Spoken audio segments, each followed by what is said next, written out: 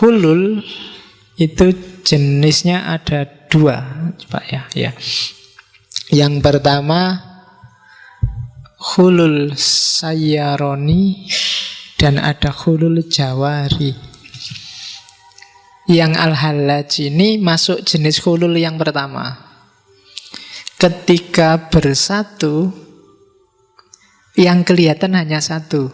Yang lain ketika dua hal bersatu, hanya satu yang kelihatan, yang lain nggak kelihatan. Tapi kalau hulul jawari, bersatu tapi dua-duanya tetap kelihatan.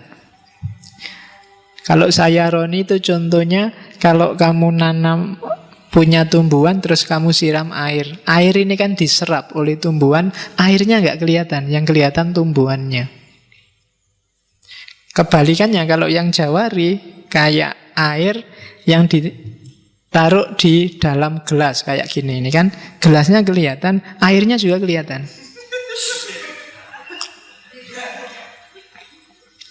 Ini namanya hulul jawari. Nah, air yang tak minum tadi kan masuk ke tubuhku. Kamu nggak lihat, lihatnya cuma aku. Padahal di sini juga ada tehnya loh.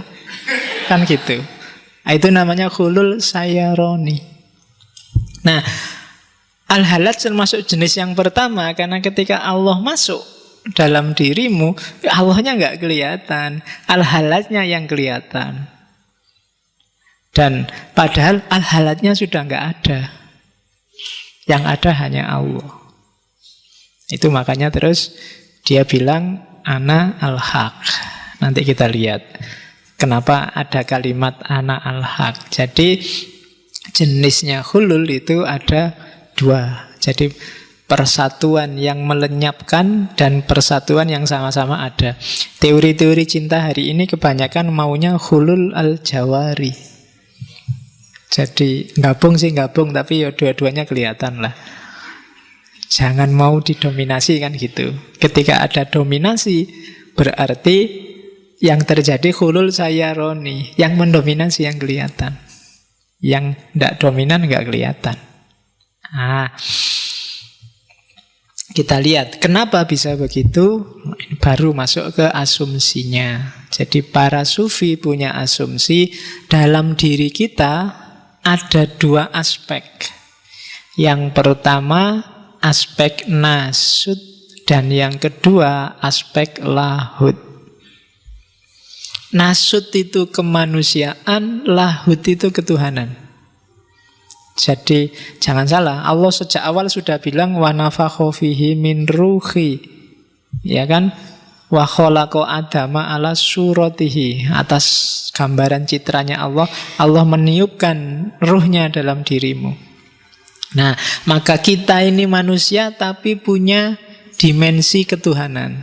Sebaliknya, dalam diri Tuhan, ini yang kalimatnya agak ada lahud, ketuhanan, tapi juga nasut. Lah kok Allah ada kemanusiaannya? Nasutnya Allah itu yang lahud dalam dirinya manusia. Jadi dimensi kemanusiaannya Allah itu sebenarnya dimensi ketuhanan yang ada dalam diri manusia. Maka kan gitu, kalau pingin Allah masuk dalam dirimu, nasutmu yang manusia sisihkan. Biar tersisa lahudnya. Dan lahudmu itu nasutnya Allah ketika Allah memanusia. Dari situ Allah bisa masuk dalam dirimu. Ini juga yang harus kamu ulang besok di rekaman.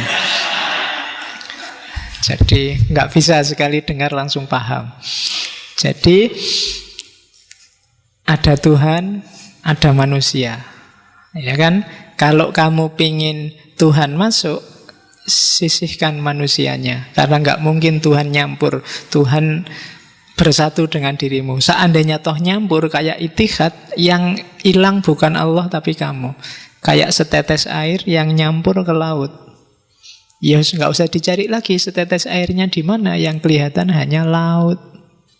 Jadi seandainya itu nyampur. Tapi kalau di lahlat tidak nyampur, tapi siapkan aja kondisimu, sisihkan nasutmu sehingga yang tersisa lahud. Kalau lahud ada, maka Allah bisa masuk.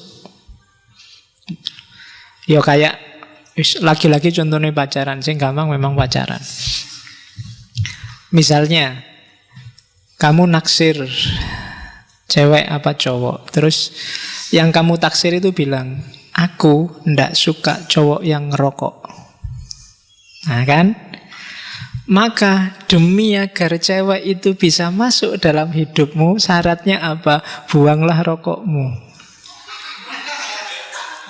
Ya kan? Begitu kamu nggak ngerokok, dia bisa masuk. Selama kamu masih ngerokok, ya dia ndak akan masuk dalam hidupmu. Syarat-syaratnya ndak cukup. Allah juga begitu. Allah tidak akan datang dalam hidupmu kalau jiwamu dikuasai nasut. Kalau komputer itu namanya tidak kompatibel. Bikin dirimu kompatibel sama Allah, biar Allah bisa masuk. Kalau programmu program manusia, ya Tuhan nggak bisa masuk. Programmu harus program Tuhan, biar Allah bisa masuk. Jadikan dirimu siap untuk Tuhan masuk dalam dirimu. Nah, itu nasut dan lahud. Bukan berarti terus dirimu membuang kemanusiaannya, enggak. Sisihkan dulu. Jangan dikuasai oleh yang nasut. Tapi penguasanya harus yang lahud, yang Tuhan. Biarkan kehendak